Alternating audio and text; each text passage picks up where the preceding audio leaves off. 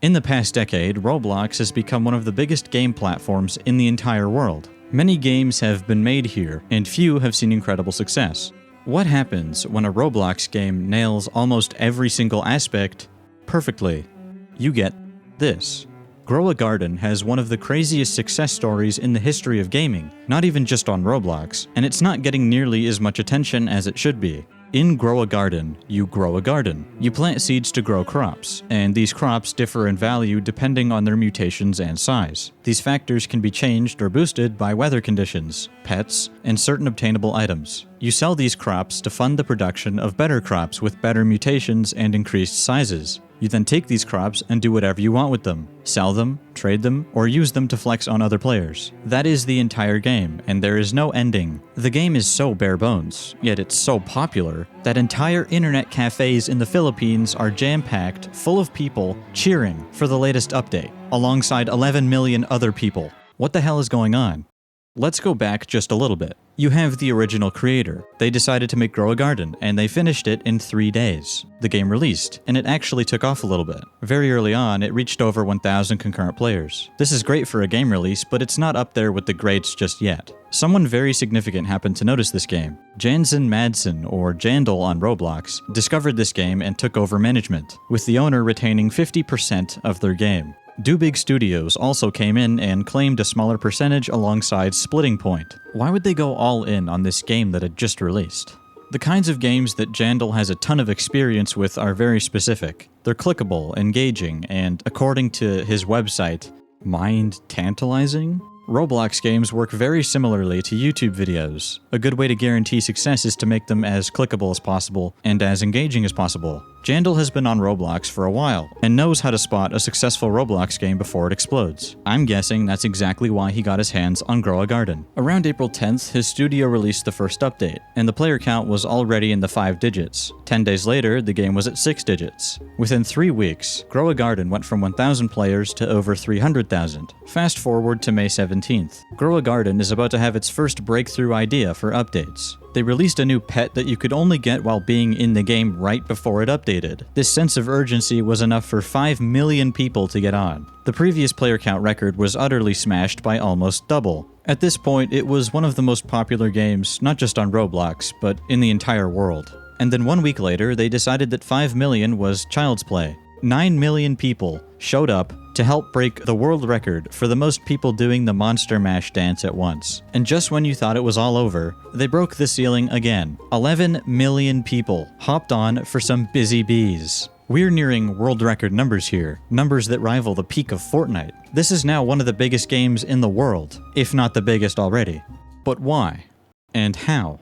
Here's what I think. Grow a Garden is a simulator at its core, and its quirks make it the best one. It all comes down to doing the same task over and over to get as much of something as possible. Historically, Roblox players eat this up, especially if it's done properly. In this case, it's the game's currency, shekels. But unlike most simulators, there isn't one main goal to follow. Instead of just increasing the amount of money you have, you can also make your garden as good as it can possibly be. The cool thing about this is that nobody's garden is the same. They may have the same plants, but the layout and sizes of the plants are almost always different. Pair this with the various different mutations and effects, and you get this sense of individuality that other simulators just can't give you. You actually feel like your garden is unique, like it's yours, unlike other simulators where you usually end up at the same point as everyone else. This game also feels oddly similar to Tycoons, but instead of making the same base as everyone else, you get to choose how it looks, and you get to choose what goes in it.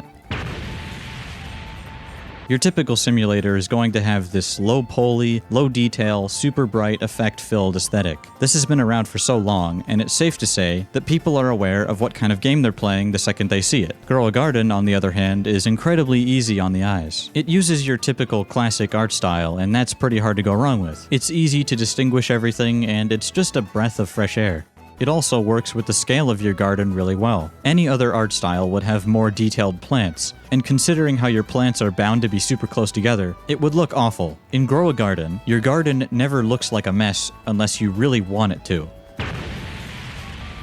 The weather events and basically every event in the game are synced across every server. Every player gets the exact same event and shop restock at the exact same time. Usually something like this would be tied to each player, but because it's tied to everyone equally, there's a sense of urgency felt across the entire player base at the exact same time. When a crazy item restocks, like the beanstalk, a bunch of people are going to get on to buy it. When a weather event happens, players hop on to reap the benefits, such as the mutations they have the chance of giving, and the rare seeds that become unobtainable later on. There's a reward track for giving special mutated fruit to an NPC, and the progress bar is almost always near full right after getting a reward. It makes the player want to come back for just one more round, since they usually happen every hour. Every simulator has pets whether you like it or not, and Grow a Garden has possibly the best implementation of them out of any simulator ever. At least from what I've seen. You hatch them from eggs like every other simulator, but it doesn't look like a loot box. You have to set them in your garden and then wait for them to hatch. This adds just a little bit of extra depth, and it feels way better and more natural than the average simulator loot box animation. Instead of your pets constantly following you around, they sit in your garden and provide very specific benefits. There's pets that are good for getting the most impressive fruits, hatching eggs faster, digging up rare seeds, and maybe digging up extra gear. If there's something specific that you want, there's probably a pet that can help you with that. Even the low-tier pets are somewhat useful, like the golden lab that can dig up any seed from the seed shop, including the most expensive ones.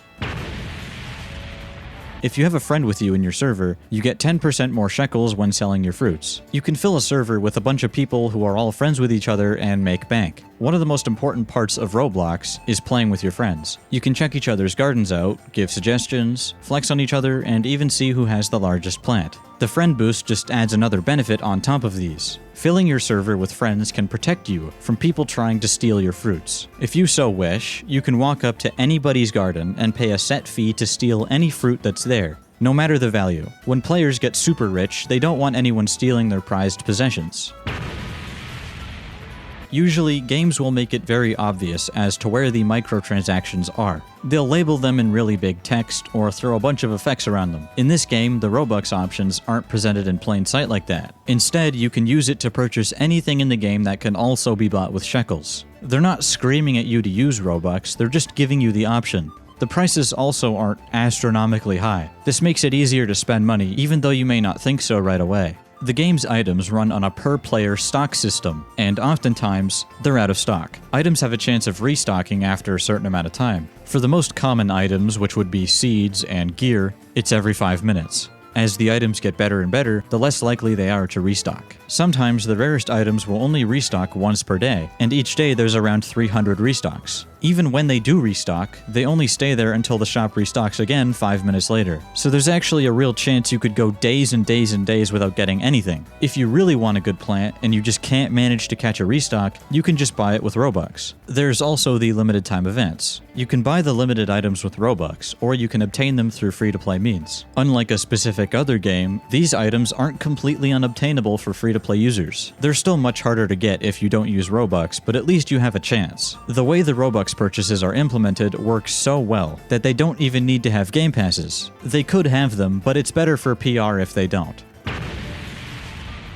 A huge aspect of this game is flexing on other players with your super rare and valuable fruits. You can do this with harvested fruits and fruits that are still in your garden. This is kind of similar to Fish, the game that popularized items with mutations and weight values. It takes that and gets rid of all of the effort and negative aspects, like having to constantly roll for new mutations, and having to spend time in the game to find a specific fish. You can just catch the seed restock, and that's it. You don't even need to be in the game to catch one either, since everyone gets the same stock in every server. This allows people to live stream the stock constantly, and players tune into those to see if there's a rare seed in stock. Discord servers with stock notifications are also super popular, since you don't have to be directly watching a YouTube livestream. Many players decide to stay in the game and tend to their garden while also waiting for restocks at the exact same time, because it really is only 5 minutes. Before you know it, you've been waiting for over an hour.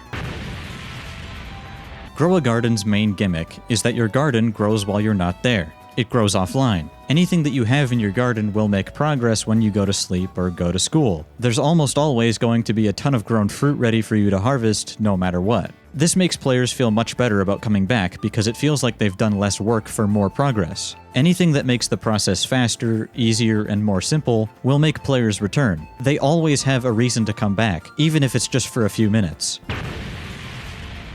One last thing that I want to mention is that it's very easy to get started. It's mostly helped by the fact that you can steal from someone super rich by spending like 30 Robux, and you'll end up with enough shekels to do basically anything you want. There's also the generosity of other players. The people in this game, no matter what demographic they're in, are usually nice. Ask nicely and you will receive. The user base has been enjoying simulators for years now, and tycoons have been around for even longer. Both are excellent at roping you in and keeping you there for a really long time. Pair this with the ability to customize your base however you want, and not having to do any actual work for anything, you now have a recipe for massive success. This game is so incredibly simple that a 3-year-old child can fully understand it. The entirety of the game is contained within this tiny base plate, and you can just teleport to every important area. And somehow, people of all ages are addicted to it, including myself. Ever since this game got popular, accusations of botting have been rampant. The hard truth is that every popular Roblox game that has progression and stat increasing of some kind is going to have bots.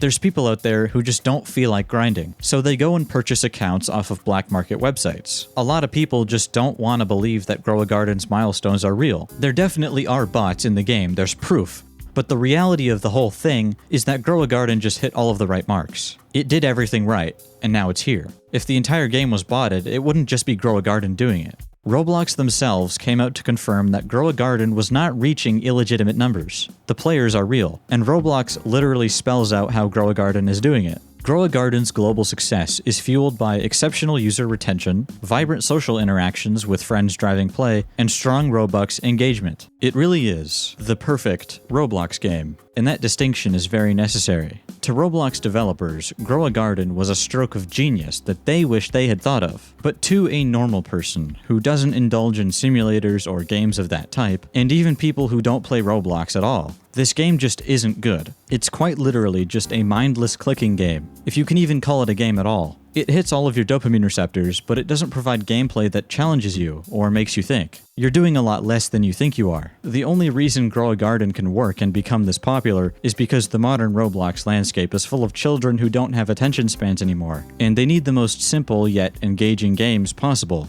When parents say that their kids are wasting their lives away with video games, this is a situation where that actually applies, where it actually makes sense. This game will not benefit you in any way, shape, or form. A fighting game can help you develop better reaction time and dexterity, for example, but all Grow a Garden will do is give you a temporary dopamine high, and once that goes away, what do you have?